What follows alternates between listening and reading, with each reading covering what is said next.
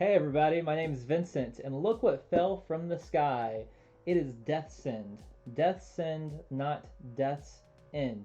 Deathsend, like Godsend, but Deathsend. Anyways, this is the brand new game from Vindicated Entertainment. It's not yet released, but this is the first ever copy that has been printed. As you can tell, it's still in the shrink wrap. I've been waiting to unbox this for this very exact moment, for this video, to make sure it's special for not only myself, but also for you. Let's jump right into it. Alright, so Deathsend is a really cool game. Essentially, you play through texting on your phone. I was going to pull out my phone, but I forgot I have it charging over there.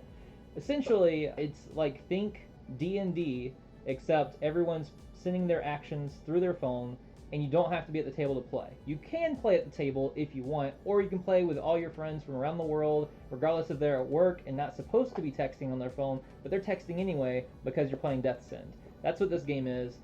Also, because of that scenario, this isn't exactly a cooperative game. Someone in this game is going to be the killer who is secretly murdering people, so it unravels like a murder mystery. There's a lot of fun elements. It was definitely inspired by Death Note, so if Death Note's an anime that you enjoy and you want to play a game version of that, then I recommend Deathsend. So without further ado, let's go ahead and open this baby up. Alright, so you can see the dusty table, and you can see the nice reflection of the light above, and you can also hear my sultry voice. Let me let me rip off the plastic from over here. Alright, here. We have to show it. Oh, look, that is sexy. That is so sexy. Now look, it resembles a manga. Very intentional. This will be our third game with this manga layout. And this is our character Ichika, who is made specifically for Deathsend, and the cover art is heavily inspired by Change of Heart from Yu-Gi-Oh, but it is also inspired by Death Note. So, you know, I like to take inspirations from multiple sources. It's not all the same. So this is actually my first time seeing this, so if something looks scuffed, that is going to be live on camera. Well, live for me, not necessarily live for you, I guess. But as you can see here, we have the main book, and it is a tarot card size book, so you don't expect a full-on like giant D&D book or something. But we have all kinds of stuff in here. We have the different actions you can take, setting up the game, all the rules. I believe this should be 40 pages. We also have some art in the back, which is fun. We have those two characters. We have some characters on the phone there. And then the back here has our Reaper friend on it. Our mischievous Reaper.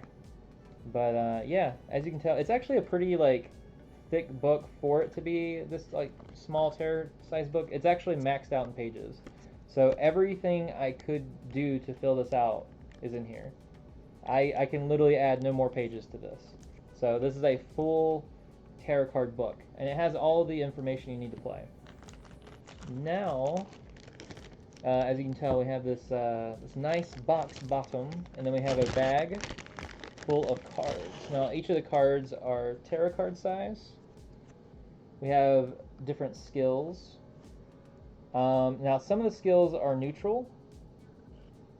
Some are dark, and some are light, and that can play a factor in who ends up getting death. And whenever you learn skills like people's abilities throughout the game, you can sort of deduce who everyone is, easier at least. You can't like get a perfect, it just helps you know. We also have pre-made characters. So we have Hisashi, for example, who has a very high investigation of 10, and then sort of a mediocre combat stat and stealth. And then we have someone like Ichika, who's on the front, who has a combat of 0, investigation of 10, and stealth of 11. So each of these characters are already made, so you can just throw down some games without having to worry about making new characters, if you want to do it that way. We also have the location cards, such as your secret locations, and some others. It seems like these are kind of mixed up. We have the calamities, which are all indicated by being the white cards here. And it tells you which week the calamity comes into play. So week 1 is rebirth, and it gives you an effect that happens throughout the entire game. We have some more skills here, such as the forger skill, or My Guardian Death Angel, one of my personal favorite skills in the game. There's a lot of skills. We have more characters: Katsuki, Xavier, Noah, Olivia, Hajime, Yuma, and some more of the locations.